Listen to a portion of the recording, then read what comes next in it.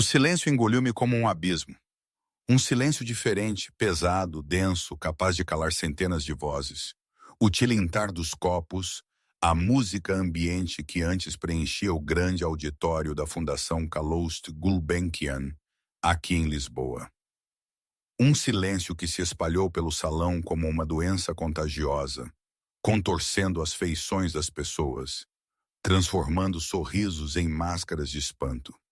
Aquele cheiro inconfundível a perfume caro, ambição e uma tensão quase elétrica era o único rastro da festa vibrante de há segundos. Vi os olhos de todos, absolutamente todos, virarem-se para o ponto de origem daquele vácuo. A grande porta dupla, agora silenciosamente aberta. E eu ali, parada na entrada, envolta em veludo esmeralda, o meu ventre proeminente, mas não fragilizado, uma fortaleza de vida. O choque naqueles rostos era palpável, quase divertido, confesso. A imagem que tinham de mim, uma mulher frágil, grávida de 8 meses, condenada a repouso absoluto no nosso solar na Lapa, desmoronava-se diante dos seus olhos incrédulos. Aquele João, ele tinha cultivado aquela imagem, um jardim de ilusões para que eu murchasse sozinha. Mas eu não estava lá para chorar. Eu tinha vindo para colher o que era meu. João ali em cima do palco improvisado, com a mão ainda estendida, segurando a mão de Sofia, a estagiária.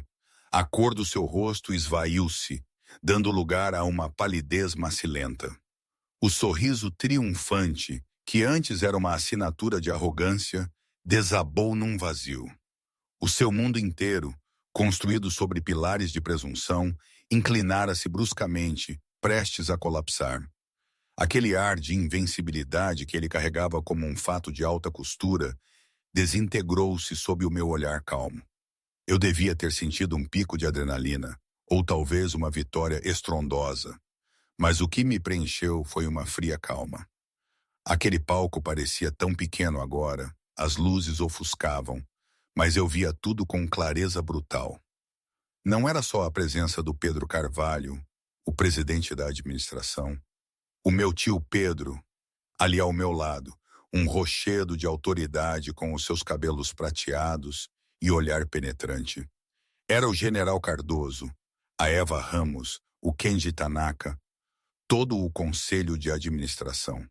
Todos ali, flanqueando-me como uma falange de ferro. Eles não estavam vestidos para uma festa. Estavam vestidos para um acerto de contas. A sua incredulidade era a minha satisfação, a minha vindicação silenciosa. Que momento tão irônico, não é? Ele sempre a julgar-me frágil, uma boneca antiga para exibir na estante, sem nunca brincar. Esqueceu-se que o aço se dobra, mas não se quebra, e eu fui forjada no fogo. Eu era médica, especialista em economia comportamental.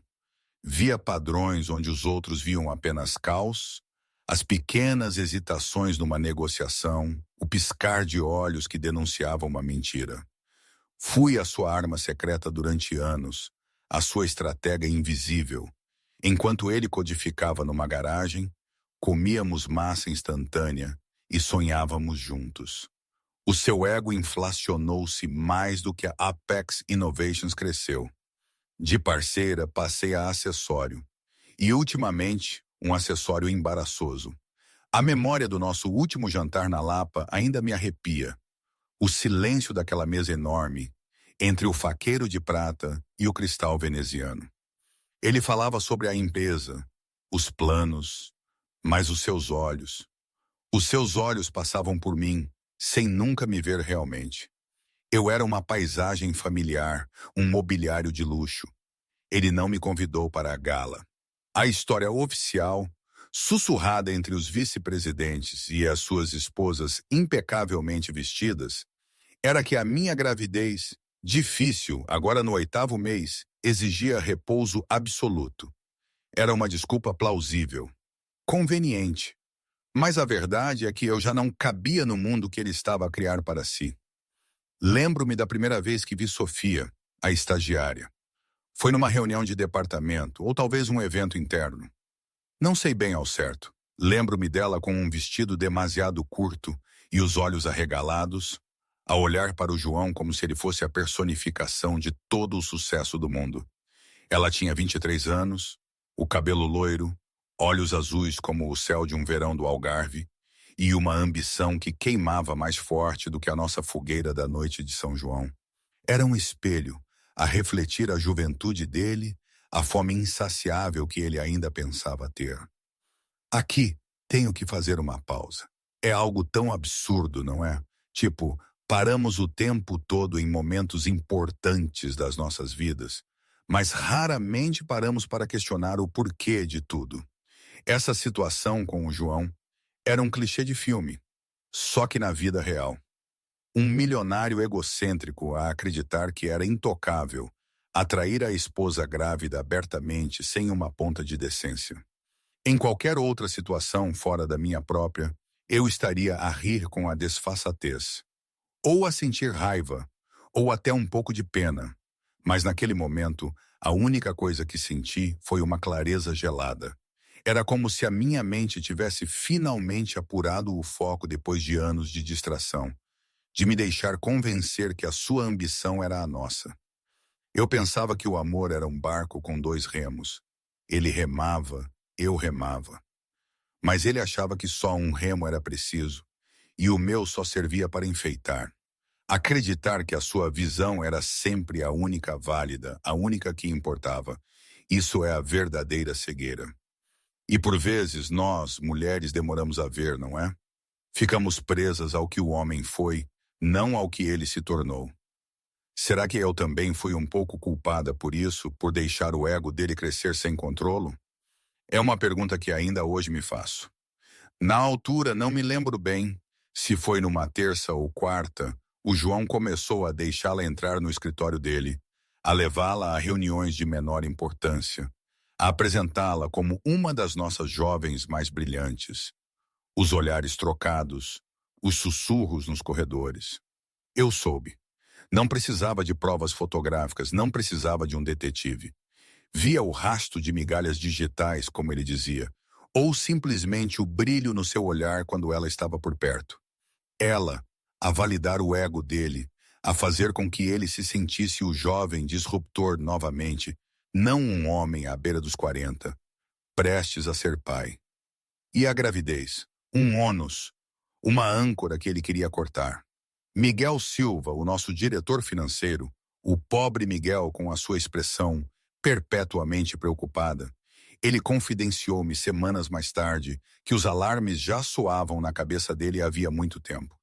Ele disse-me num daqueles encontros furtivos que passamos a ter, que a Helena Soares, a nossa chefe jurídica, uma mulher de língua tão afiada quanto a sua inteligência, tinha apanhado o João e a Sofia a rir no gabinete dele, com as mãos demasiado perto, durante uma reunião que não estava na agenda. A Helena sempre teve um radar apuradíssimo para as coisas sujas. Ela era amiga minha, tão amiga quanto a sua natureza reservada o permitia. Segundo o Miguel, ela apanhou-se com ele a reclamar do espetáculo que o João estava a fazer. Ele achava que era um suicídio corporativo. Ela disse que ele não estava a pensar, estava a sentir. E sentir-se intocável era o maior erro dele. Eles já viam os números, as transferências estranhas, os brindes extravagantes a clientes que não passavam pelos relatórios oficiais. O João achava que só eles viam o Excel e os lucros, mas eles viam os padrões como eu. O auge da audácia do João na gala foi quando ele fez o brinde. Bateu com a faca no copo, chamou a atenção de todos. Eu podia imaginar a cena na minha cabeça, vívida, mesmo sem ter estado lá. Ele, o centro do universo, com a mão em Sofia, a exibir a sua presa. O João sempre foi um predador, mas desta vez o seu instinto falhou redondamente. Amigos, colegas, parceiros, a sua voz a ressoar com aquele carisma ensaiado. Agradecendo a todos por celebrarem mais um ano de sucesso sem precedentes para a Apex Innovations. Falava em nutrir a próxima geração de inovadores, enquanto seus olhos pairavam sobre Sofia com um sorriso que ninguém, Absolutamente ninguém confundiu com paternal. Era um ato de arrogância, uma declaração de guerra ao nosso casamento, transmitida para todo o seu mundo profissional. Um brinde à sua própria infidelidade. Um brinde à sua fuga. E foi naquele momento exato de supremo prazer pessoal que as portas do salão se abriram para mim. Para nós. Levei um momento para me ajustar à luz, os meus olhos percorrendo a assembleia atordoada. O João estava imóvel no palco, com a mão ainda ligada à de Sofia. A cor fugiu-lhe do rosto, e o seu sorriso triunfante colapsou numa boquiaberta incredulidade. O arrepio de um medo primitivo que ele não sentia há anos começou a serpentear-lhe pela espinha. Eu via a sua queda nos seus olhos vazios. Sofia, a estrela do futuro, encolhia-se ao lado dele. O vermelho vibrante do seu vestido parecia de repente berrante, barato. A adoração nos seus olhos tinha sido substituída por uma confusão apavorada. A mão dela, escorregadia de suor, soltou-se da do João. Aquele silêncio, espesso e pesado, pesava sobre todos. Só se ouvia, tênue, a música ambiente do lobby, um contraste absurdo com a quietude funerária do salão. Dei um único passo deliberado. O suave clique do meu salto no chão polido ecoou como um martelo. Não um caminhar de uma mulher grávida nos seus últimos meses, mas a graça medida e calma de alguém em absoluto controlo. Pedro Carvalho e o Conselho de Administração moveram-se comigo, uma falange de poder, abrindo um caminho no mar de convidados petrificados. Eles abriam-se diante de mim como o mar vermelho diante de Moisés. Os vice-presidentes, os membros da Câmara Municipal, os bloggers de tecnologia. Todos encolheram, desviando os olhos, subitamente desesperados para não serem associados ao homem no palco. Eu não olhava para eles. O meu olhar estava fixo como um laser numa única pessoa, o meu marido. Eu não estava ali para confrontar a amante. A amante era um sintoma, uma nota de rodapé. Eu estava ali pela origem da doença. À medida que me aproximava do palco, a narrativa da noite era violentamente reescrita. A história já não era sobre a audácia do João. Era sobre a minha chegada. E todos na sala souberam, com uma certeza que os gelou até os ossos, que aquilo não era um fim. Era o princípio da queda. O caminho da entrada ao pé do palco pareceu ao João a milha final e agonizante de uma maratona que ele não sabia que estava a correr. O ar, antes preenchido pela sua própria voz estrondosa, estava agora tão rarefeito que mal conseguia respirar. Parei diretamente à sua frente. Inclinei ligeiramente a cabeça para cima. O palco dava-lhe alguns centímetros de altura física, mas ele nunca se tinha sentido tão pequeno, tão exposto.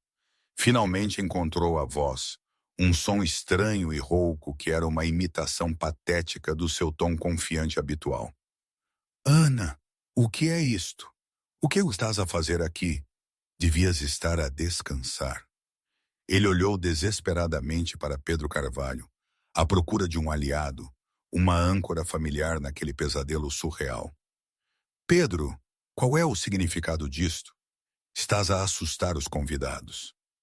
A expressão pétrea de Pedro Carvalho não se suavizou. Em vez disso, deu um passo à frente, posicionando-se ligeiramente à minha frente, um escudo humano de imensa autoridade. Ignorou completamente a pergunta do João. A sua voz, quando falou, não era o tom colegial de um presidente a dirigir-se ao seu CEO, mas algo muito mais frio, muito mais pessoal. Está tudo bem, minha querida? Perguntou, os seus olhos cheios de genuína preocupação, dirigidos apenas a mim. Dei um pequeno aceno tranquilizador. Estou perfeitamente bem, tio Pedro. Obrigada por perguntares. Um murmúrio abafado de espanto percorreu os curiosos que estavam perto o suficiente para ouvir. Tio Pedro. A revelação caiu na sala como uma segunda onda de choque. A mente do João girava. Ele sabia que eu tinha um padrinho, um misterioso tio Pedro, de quem eu falava carinhosamente, mas raramente. Um financeiro reformado, eu dissera. Alguém que geria a modesta trust da minha família. Ele conhecera o homem uma vez, anos antes, um breve e esquecível aperto de mão num encontro de família. Nunca em 1 milhão de anos fizera a conexão entre aquela figura discreta do meu passado e o formidável Pedro Carvalho, o titã da indústria que ele tanto se esforçara para impressionar. O homem que segurava o destino da sua empresa nas suas mãos. Os membros da administração, claro, sabiam, sempre souberam. O conhecimento lançava uma nova luz sobre as suas expressões sombrias. Não era apenas uma ação corporativa. Era um assunto pessoal. Eles não estavam apenas a apoiar um plano. Estavam a apoiar um membro da família. Pedro Carvalho voltou o seu olhar glacial para João. A fina camada de civilidade tinha desaparecido. Westwood, disse ele, o nome caindo como um caco de gelo. Parece que estás sob uma série de equívocos. O primeiro é que tens alguma palavra a dizer sobre onde a minha afilhada escolhe estar. O segundo, e muito mais crítico, é que o conforto dos teus convidados seja a nossa principal preocupação esta noite. Ele gesticulou com desdém para a multidão atordoada. A festa acabou. Em nome do Conselho de Administração da Apex Innovations, peço a todo o pessoal não essencial que desocupe as instalações imediatamente. Obrigado pelo vosso serviço. Os vossos carros estão à espera. Houve um instante de hesitação atordoada, depois um êxodo frenético e apressado. Ninguém precisou de ser avisado 2 vezes. Foi uma debandada em câmara lenta, uma corrida desesperada para as saídas. O tilintar de copos caídos e o farfalhar de tecidos caros encheram o ar enquanto a elite da cidade fugia do local da execução corporativa. Não queriam fazer parte da metralha que estava prestes a voar. Em 3 minutos, o salão cavernoso estava praticamente vazio. Tudo o que restava era João e Sofia, presos no palco, e o tribunal silencioso e imponente que se postava diante deles. Eu, a minha mão agora pousada, de forma protetora, no meu ventre inchado, e todo o conselho de administração da Apex Innovations. As decorações brilhantes e os copos de champanhe meio vazios pareciam subitamente patéticos. Os restos de uma festa que tivera uma morte violenta. O medo de João estava a ser rapidamente substituído por uma raiva quente e defensiva. A audácia de ser emboscado assim, humilhado no seu próprio templo de sucesso. Isto é uma loucura. Finalmente cuspiu, a voz a tremer de raiva. Não podes fazer isto. Esta é a minha empresa, a minha festa. Virou-se para mim, o rosto contorcido numa máscara de fúria. E tu? Tu orquestras este circo? Depois de tudo o que te dei? Disse-te para ficares em casa. A minha compostura manteve-se impecável. Olhei para ele não com a mágoa de uma esposa traída, mas com a piedade distante de um médico a observar um paciente em delírios terminais. Pareces confuso, João, disse, a minha voz calma e serena, mas com um toque de aço puro e inalterável. Não me deste nada. Devíamos ser parceiros. E estás enganado sobre onde é a casa. A minha casa é onde os interesses da minha família residem. Eu acariciei o meu estômago suavemente. E a minha casa é com o legado que o meu pai confiou ao tio Pedro para proteger. Um legado que, afinal, inclui uma participação fundadora de 12% na Apex Innovations, detida numa Blind Trust em meu nome. Um fato que nunca te deste ao trabalho de investigar. João olhou para mim, a boca a abrir e fechar silenciosamente. Era um peixe no convés, ofegando por ar. Uma participação de 12%.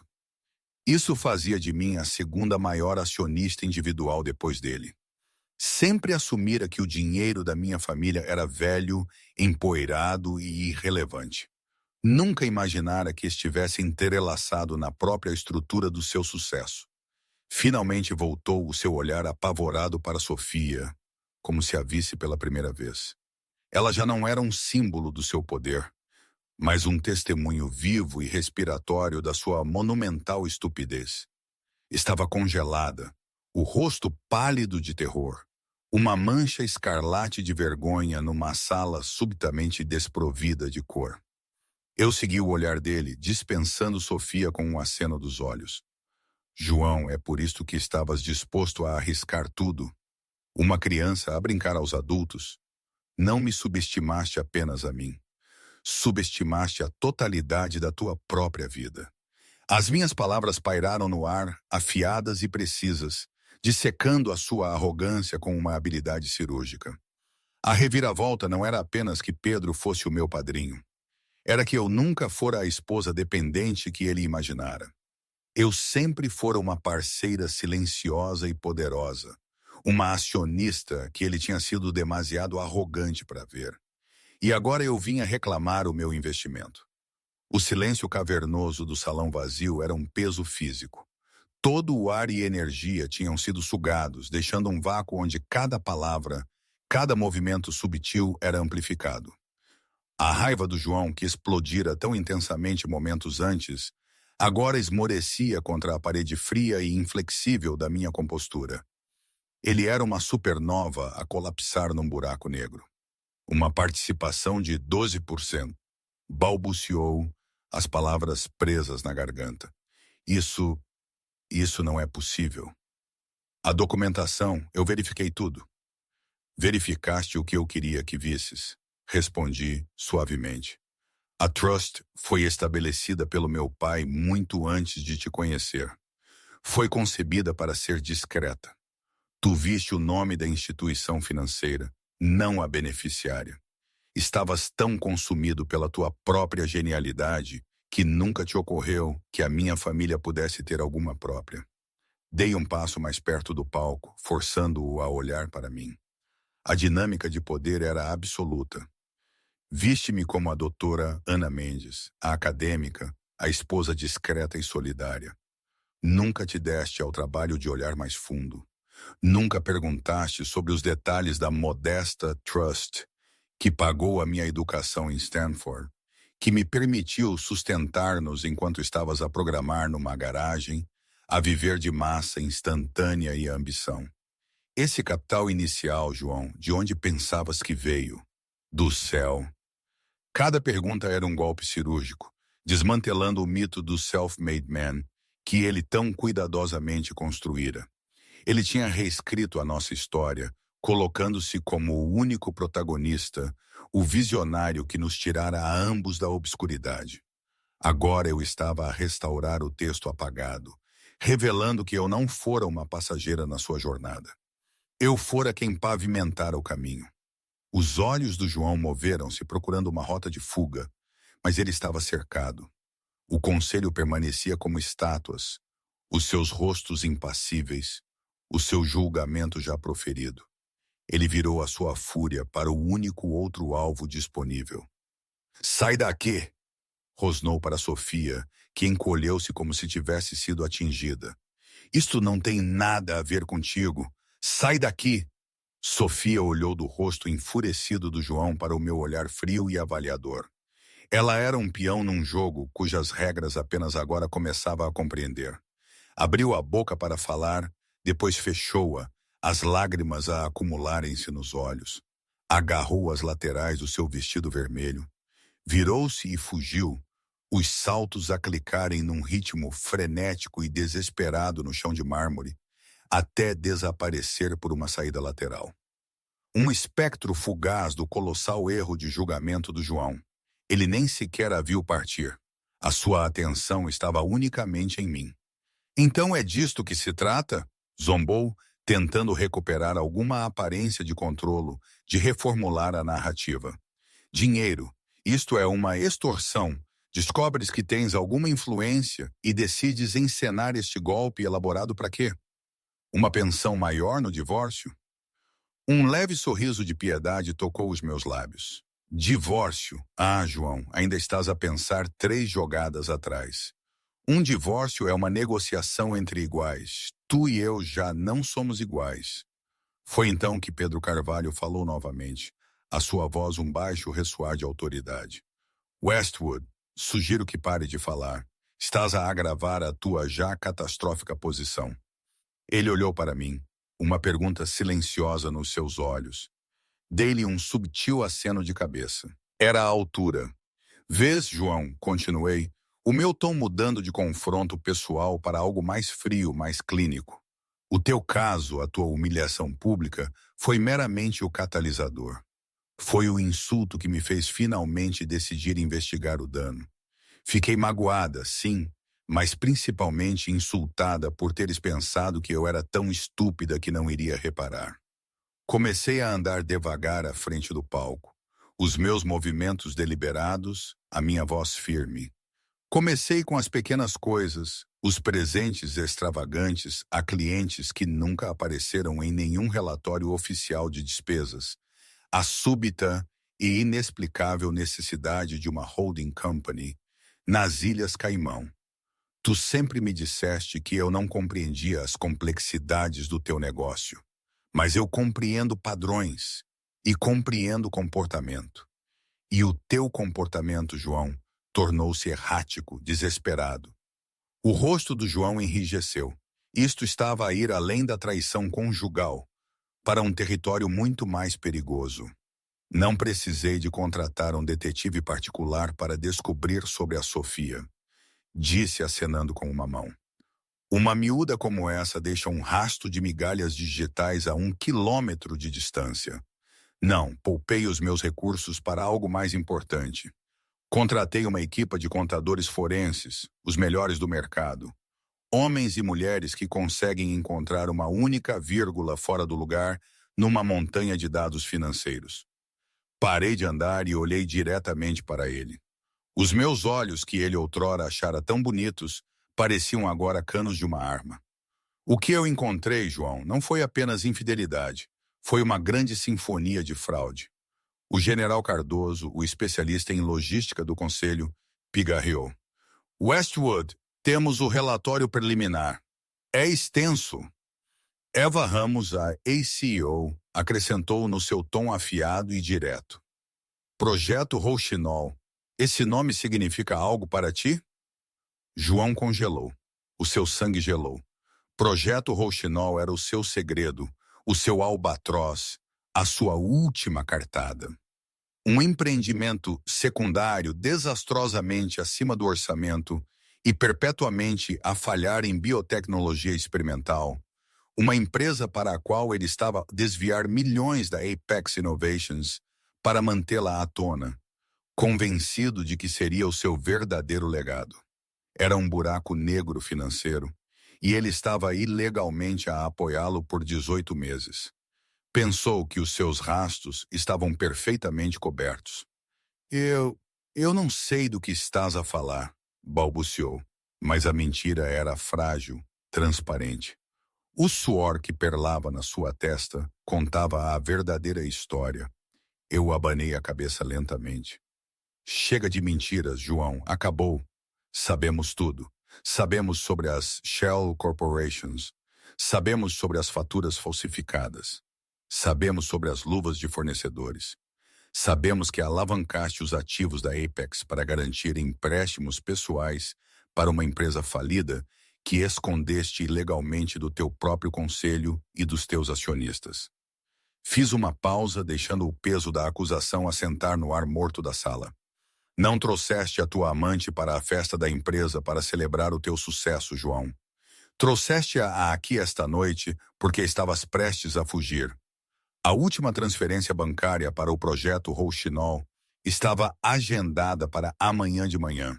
Ias drenar o último capital acessível, voar para um país sem tratado de extradição e deixar na cratera fumegante da Apex Innovations para o resto de nós resolver. A minha voz baixou para um quase sussurro, com um desdém que era mais devastador do que qualquer grito. Não estavas a celebrar um novo futuro. Estavas a celebrar a tua fuga. Mas não resististe a mais um arroubo arrogante, pois não? Tiveste de me esfregar isso na cara. E isso, João, concluí, os meus olhos fixos nos dele, foi o teu erro fatal. O nome Projeto Rouxinol pairava no ar, uma nuvem invisível e tóxica. Para João era o som da sua própria sentença de morte. O sangue esvaiu-se do seu rosto, deixando um brilho cinzento e doentio sob as luzes severas do salão. Olhou para mim, não como sua esposa, mas como um procurador que acabara de apresentar uma peça de prova irrefutável e conclusiva. A intrincada teia de mentiras que ele passara anos a tecer tinha sido desfeita num único e devastador momento. Como? A palavra foi um sussurro sufocado, um gaspe por ar numa realidade em colapso. Como é que tu pode saber? A minha expressão manteve-se de fria indiferença, o olhar de uma cientista a observar uma reação química previsível. Pareces esquecer, João, que antes de ser tua esposa, eu era uma economista especializada em modelagem comportamental. Construo modelos preditivos baseados em padrões de irracionalidade humana. E a tua característica definidora, o teu defeito fatal, sempre foi o teu monumental ego. Simplesmente construí um modelo baseado nisso. Gesticulei para o rosto impassível de Miguel Silva, o CFO, que reentrara na sala e agora estava perto do conselho, o rosto uma máscara de sombria resolução. O Miguel e eu temos falado há semanas. A cabeça do João virou-se para o seu CFO, um homem que ele sempre considerara leal, ainda que tímido. Miguel, tu traíste-me. Miguel Silva endireitou a gravata, as mãos a tremerem ligeiramente. Mas a sua voz, pela primeira vez na memória do João, estava firme. Tenho um dever fiduciário para com esta empresa e os seus acionistas, Sr. Westwood. O meu dever não é para consigo pessoalmente, especialmente não quando as suas ações pessoais ameaçam destruir tudo o que construímos. A doutora Ana abordou-me com algumas irregularidades que ela tinha detetado. No início estava cético, mas os padrões eram inegáveis. Os números não mentem. Peguei na narrativa, a minha voz implacável. Pensaste que o Miguel era um homem de números simples, um burocrata. Subestimaste-o, tal como me subestimaste a mim. Assumiste que o seu medo de ti era maior do que a sua integridade. Mas quando confrontado com a evidência de desfalque sistemático em larga escala, Miguel tomou a decisão correta. Pedro Carvalho deu um passo à frente novamente, a sua presença a dominar o espaço. Tirou uma pasta fina de couro de dentro do casaco. Não a abriu. O gesto por si só foi suficiente. O relatório de contabilidade forense é condenatório, João, afirmou Pedro, a sua voz desprovida de emoção. Temos cópias digitais de transferências entre contas da Apex e as Shell Corporations, que financiam o projeto Rouxinol. Temos declarações juradas de 2 fornecedores que pressionaste para o esquema de luvas. Eles ficaram mais do que felizes em cooperar em troca de imunidade. Eva Ramos, a membro do Conselho de Olhos Aguçados, acrescentou a sua parte. E temos a Sofia Vance. João olhou confuso. Sofia, ela não sabe nada sobre os meus negócios. Ah, ela sabe mais do que pensas, disse Eva com um sorriso irônico e sem alegria. Ou melhor, ela tem mais do que pensas. Mulheres jovens e ambiciosas que se envolvem com homens casados e poderosos geralmente têm uma apólice de seguro. Neste caso, era um backup na nuvem de cada mensagem de texto e e-mail que alguma vez lhe enviaste. A mente do João correu freneticamente, tentando recordar os detalhes da sua correspondência digital. As ostentações arrogantes, as menções casuais de um projeto secreto revolucionário que os tornaria reis, as queixas sobre o conselho a impedi-lo. Era tudo circunstancial. Isso não é nada. Ele rugiu, um animal encurralado a mostrar os dentes. Conversa fiada. Não prova nada. Prova motivo e mentalidade. Corrigi calmamente. Mas tens razão. Não foi a arma fumegante. A arma fumegante, João, foi algo que tu próprio lhe deste. Um pequeno presente. Lembraste? Fiz uma pausa, deixando-o contorcer-se no silêncio. Há algumas semanas, continuei, deste-lhe um laptop novo, topo de gama, um presente para a tua protegida para ajudar com o trabalho dela. O que não sabias é que o nosso departamento de TI sob instrução do Sr. Miguel Silva, já te tinha sinalizado como um risco de segurança interno. Cada novo dispositivo conectado à rede da Apex, especialmente um dado a uma estagiária júnior, sem motivo aparente, está sujeito a uma varredura de segurança. Nesse laptop, acrescentou Miguel Silva, a sua voz ganhando força, encontramos uma drive oculta particionada. Nessa drive estava uma única pasta. Projeto Rouxinol, terminei por ele. Todo o plano de negócios, o prospecto de financiamento fraudulento, a verdadeira taxa de consumo catastrófica e, o mais importante, a tua estratégia de saída, completa com detalhes de uma nova identidade e um bilhete de avião só de ida para o Belize, reservado para amanhã à tarde.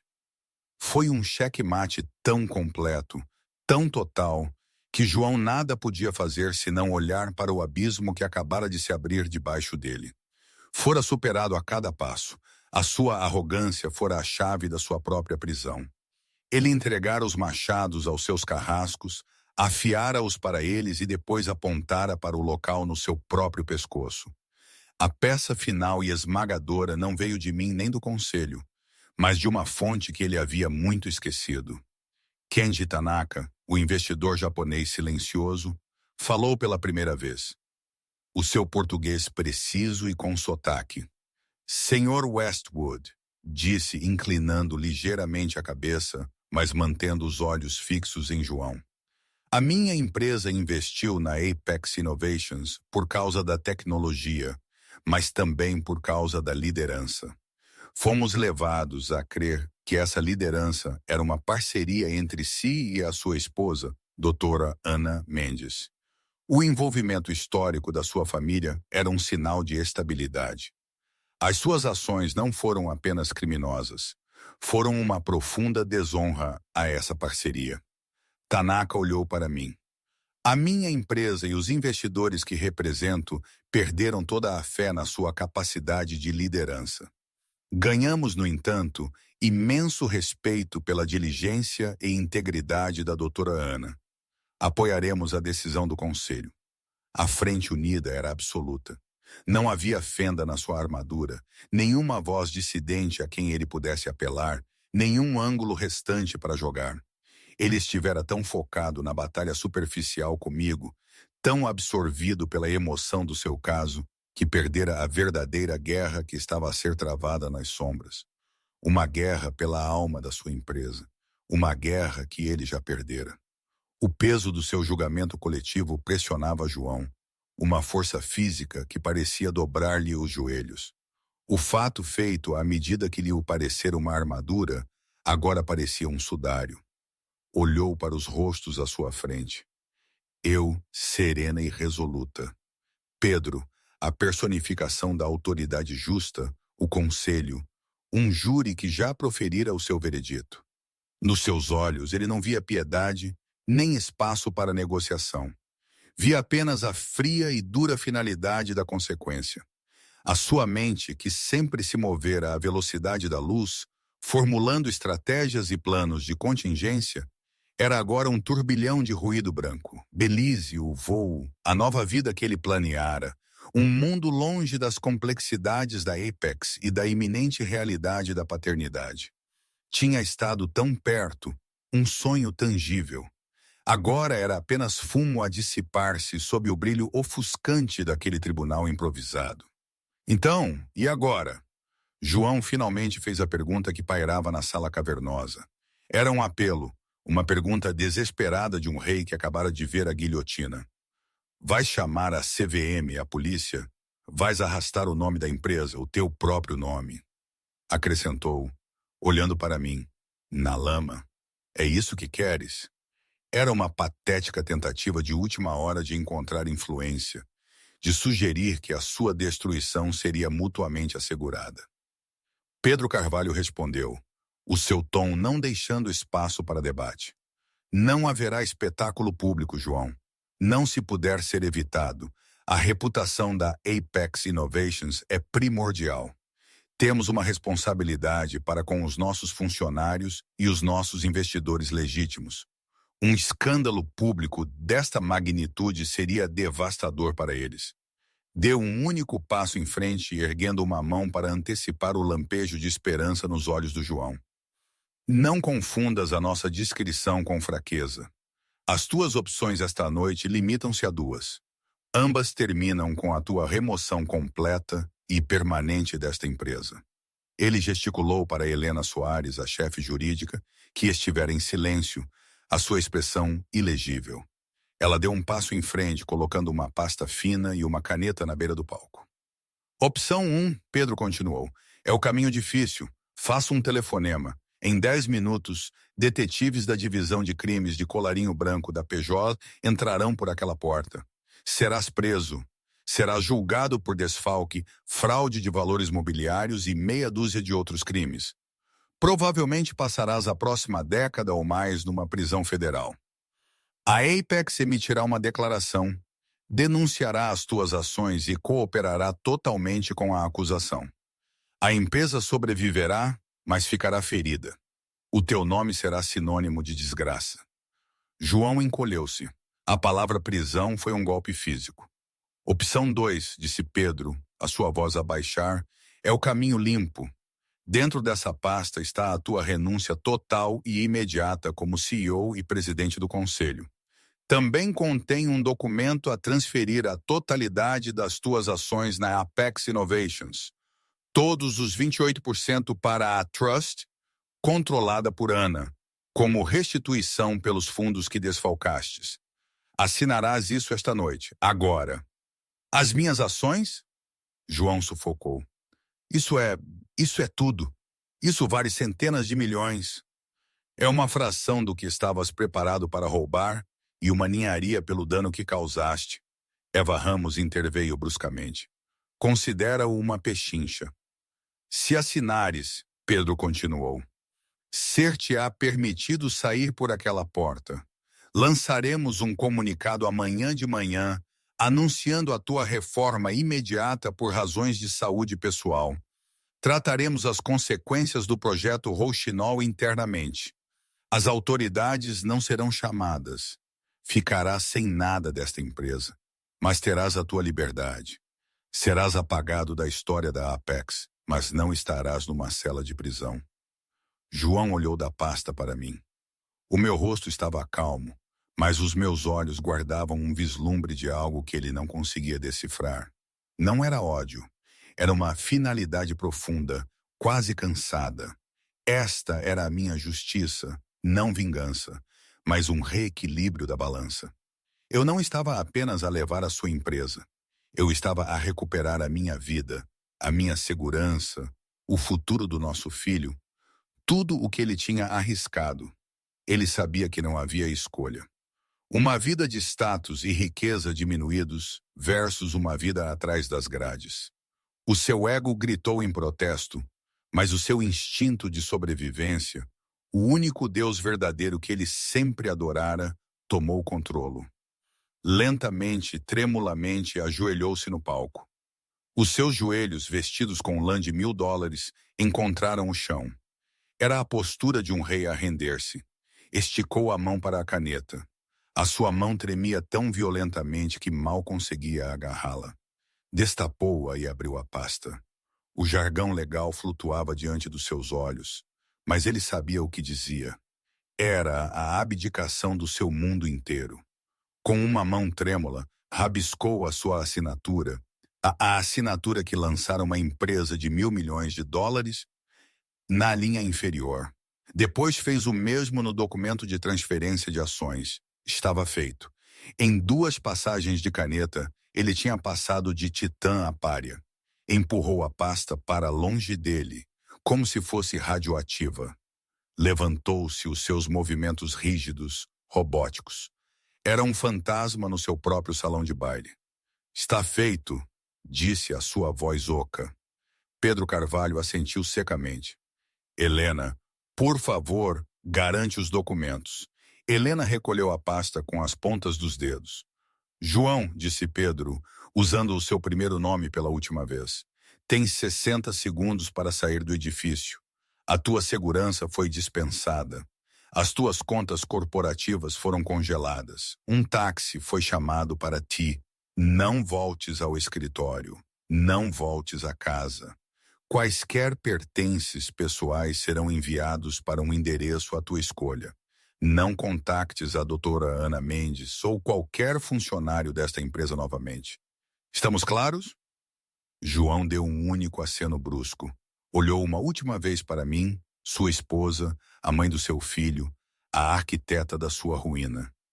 Abriu a boca como se fosse dizer algo, mas nenhuma palavra saiu. O que havia para dizer? Ele semeou vento e agora colhia tempestade. Virou-se e saiu do palco, não em direção à entrada principal, mas em direção à saída lateral que Sofia usara. Não olhou para trás. A figura solitária do CEO caído desapareceu nas sombras, deixando para trás o império que construíra e a mulher que ele fatalmente subestimara. Quando a porta se fechou atrás dele, finalmente soltei um longo e lento suspiro que não tinha percebido que estava a prender. Coloquei uma mão no meu ventre, um gesto de proteção e promessa. A sala estava em silêncio. A batalha tinha terminado. O futuro era meu para escrever. E hoje, não sei. Às vezes penso que foi a melhor coisa que me podia ter acontecido.